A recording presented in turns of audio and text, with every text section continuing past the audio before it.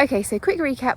I lost 35 pounds during 9 months of 2023, so from January to September of 2023, and then over the 12 months that followed, I gradually, very slowly put weight back on until the point where I put on 17 pounds. Excuse a hot sweaty mess, just literally finished a run walk. So I put on 17 pounds over the last 12 months up until the beginning of September of this year, 24, which is 1 month ago roughly today, and I decided I'd had enough. Finally felt like I was ready to do something about it and started a 10-day challenge to get my health and fitness back on track. During that time I lost 2 pounds, and then I started a 5-week challenge, okay, because I like a challenge. I respond well to challenges, so I decided to set myself a bunch of challenges in order to get my health and fitness and weight loss back on track, because to be really honest here, I don't think people are honest when they start like a health and fitness kick. Weight loss is important to me and it's part of that package, okay? It comes with fitness, it comes with eating better. So, week 1 I lost nothing. Week 2, which is last week, I lost nothing. And today marks the end of week 3 of that 5-week challenge. So in this video I'm going to talk about what I changed in the last week, what went well, what I don't think is working well, my strategy going forward, and how much weight, if any, I lost, and also some comparison footage. So footage I took right at the start of the 3rd of September, and footage that I've taken today, will be taken when I get home later, and we're going to see if we can visually see any changes, okay? So in this past week, what I decided I would change fundamentally was to start calorie counting. I don't like calorie counting. Does anyone like it? I asked my husband this question this morning and he said that he quite does, and I think that that's just his like I don't know, quirky self. He likes numbers or something, so he said he loves it, loves tracking calories. I really don't, and there's 2 reasons. I think it's hard, like time wise, weighing everything, working out what is in everything, but then it's that mindset which has you thinking about it all the time. Can I have this? That kind of mindset that I don't like, and I don't want to be choosing necessarily I don't want to necessarily be choosing lower calorie options, because one thing I have changed in the last year is to change the amount of ultra processed food that I've been eating, and I've drastically reduced that. Still have some ultra processed food and drink, but drastically changed that, flipped that around to what I was having. Now I'm having a minority of ultra processed food. A lot of low calorie foods tend to be filled with like stabilizers and flavorings and all that rubbish that I don't want. So I don't really like that mindset. So that was the challenge for me, was to maintain this healthy mindset. Got a bit of a cold, excuse me, I'm all bunged up. But how I found that basically, how have I managed to calorie count this past week? On the whole, yes, I haven't counted every single calorie, but on the whole, I have, and it wasn't actually as hard as I thought it might be. I've made sure, so I used my Fitness Pal and some of my more regular recipes that I was having, so say my smoothie that I love, it just changed in terms of what flavour protein powder I use, or which is a low ultra processed protein powder, and what like fruit I have in it, but fundamentally it is the same. So I had like created recipes on there, so to save me time I could click on the recipe and it would automatically input the calories, and I didn't have to like put every little ingredient in, and I think that will save me time going forward. So I did find, unsurprisingly, because I knew for the last couple of weeks I wasn't eating in a calorie deficit, I wasn't losing weight, and so unsurprisingly I found that some things like my smoothie was a smidge like over the calories that I had assumed. Not massively, not dramatically. I'm going to swap arms because I didn't bring, I can't run walk, I can't bring like a selfie stick with me. So it wasn't a big difference, but it clearly was a bit of a difference. And really, I think here, what I was expecting is that all the snacks I have, because I love a snack, I'm a snacky person, all those snacks really add up, and that is what has been impacting me. So I made sure all the snacks I put in, and it really did, it got me in that mindset to stop just mindlessly snacking. I put them in and made myself actually think about what I was eating. So from that perspective, calorie counting I have found helpful, because it's made me really think about what I'm eating. I'm still doing HelloFresh, so 3 days a week, just for the two of us, my husband and I, not our kids, because they eat like after school clubs and nursery. But I had found, like, I don't know about you guys, I have just found over the years I've come to doing all the meal planning and a lot of the cooking, and I've got meal planning fatigue. I wrote a list of all the things we like, a list of like general recipes we could do, and I still just really struggled every week choosing things. So I thought, right, it's getting hard in life, like I wanted to get my health and fitness back on track. Chose HelloFresh, and you can choose healthier options, lower calorie options with HelloFresh. You can also choose quicker meals, but combining the two doesn't leave you with masses of options that I like. So that's one thing. Like some of the recipes I found taking me a long time to cook, so like 45 minutes to an hour, and I'm struggling with that. So having to choose the quicker ones, which means I don't always get to choose like the lower calorie. Some of them, one of them this week was almost 900 calories for each portion, and that's quite a lot for like one meal when you're trying to eat in a calorie deficit. Generally speaking, I'm eating 2 meals plus snacks. So I've reduced my eating window. That was something that I wanted to do. I've done in the last few weeks. I've done intermittent fasting before, eaten generally like within an 8-hour window. I was trying to reduce that further than 8 hours. I found that tricky with work. So I work 4 long days a week as a lawyer. I've got 3 young kids, ages 6, 4 and 2 as of yesterday. My little one turned 2, no longer a baby. So that has something that's been hard. Like I'm not always in control of my eating window. I have to work around work and meetings, children, picking them up from nursery, picking them up from school, and then once they're home, it's like all on them, isn't it? You know, got to do the reading, got to do the homework, got to get them ready for bed, bath, all the rest of it. And we sit with our kids while they go to sleep, which is, you know, absolutely our choice. And I'm not going to like whinge about it, but it does then impact the time that we have in the evening. I don't want to be eating my meal at like 10 o'clock at night. So something for us to think about going forward. Have you got any experience of using any other like meal prep service, kind of like HelloFresh, where you get everything delivered in a bundle, tells you what to do, but healthier? So I might have a look at like Gusto. I've seen some other ones online that pop up, but can't think of them. So if you have an experience, I've not used anything else like this before, then let me know if there's anything in the UK that I should check out, because I'm really interested in that. I think generally speaking, not thinking about the meal planning for now has helped. I don't think we'll do it in the long run.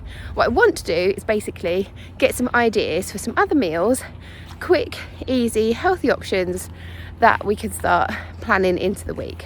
So that's what I want to do going forwards. So all of that has worked pretty well. Run walking 3 times a week, managed to keep that up. I've also done the longest run walk of my like recent months in this last week. I did 8 miles and that was really good. Now I'm a little bit behind track because I'm walking a half marathon in just over a week, so I'm a little bit like behind. I'm going to walk back up this way, so I'm a little bit behind there. Should be really up to like 10 miles. I won't get there because this week I've got to start tapering down. I might do like 5 miles or maybe 6 miles on Sunday. This is Friday, and then I will taper down to the half marathon. But I'm okay with that. I'm happy. I'll be able to do it. So I'm not fast. I run, walk. It'll probably take me about, I don't know, 2 hours 40, 2 hours 45 to do it. That's absolutely fine. Have I managed to do any weights at home? That was one of the things I set myself a challenge to do, at least one weights episode. What is the word I'm looking for? Session. One like at home weight session in this past week. No, I have not.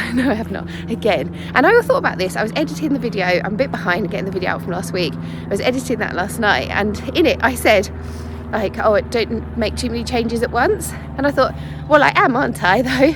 I'm just bringing in calorie counting and then also trying to do weights, and that's quite a lot. So actually, I think for now, let's just concentrate on eating in a calorie deficit, carry on eating low ultra processed foods, and carrying on with the run walking because I need to, otherwise I embarrass myself at this half marathon, right? And that's enough. And I'll think about bringing weights in because I've done that previously, really enjoyed it. So I'm going to swap arms again. I'm going to do that. I will do it, but I'm just taking the pressure off for now. Like there's absolutely no need to put that pressure on myself. So that's what I'm going to do. I'm feeling good about that. And then in terms of weight loss, so I weighed myself this morning, having not lost any weight for the last 2 weeks, and made that big change. Did it make any difference? Yes, it did. I'm very pleased to say yes, it did. I lost 3 pounds in this past week.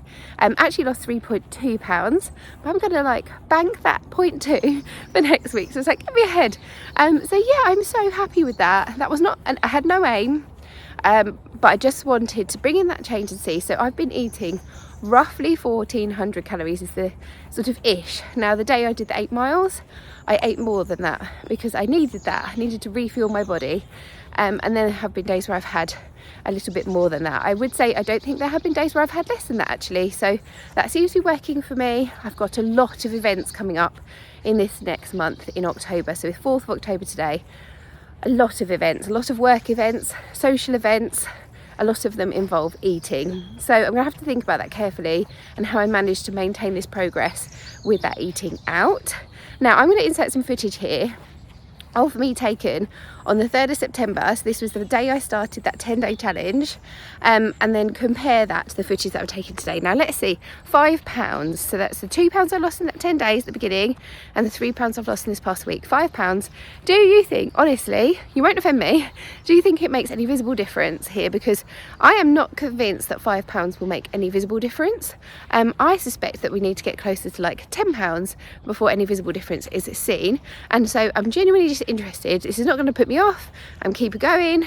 I feel like I can feel a difference, feel a change. I feel like I'm trying to like not walk and annoy people because there are people behind me, people in front of me. Just carry on walking. So I can feel a difference. I feel like my jeans are fitting better and I'm feeling better. But I'm very interested to see at what point is it visibly different. So I'm going to be taking footage every single week and we'll keep comparing that every week and see when we get to that click point. And that's just for my own interest, right? And I think actually taking photos, taking video along your journey, I found this so helpful last year when I had my 35 pound loss. Like in the first 6 weeks of last year, I saw so much change and that really spurred me on. It was like just under 6 weeks, and it really motivated me. Like if I can see that much difference in the first 6 weeks, I can imagine what I will see going forward. And yeah, so that was really, really, really interesting to me. See what you think. So over this next week, I'm going to be keep going with the running, keep going with the healthy eating, healthier. You know, I still had some wine this past week. I had a little bit of wine. I had a gin, had a Disaronno. I sound like an alcoholic now. I think I had like 3 alcoholic drinks over the week. Okay, I had the odd mouthful of chocolate. I counted it, right? So I just made sure I was calorie counting it. I had a bit of pudding on the Sunday with my kids. I had a roast dinner with them, you know, so I'm having all these things.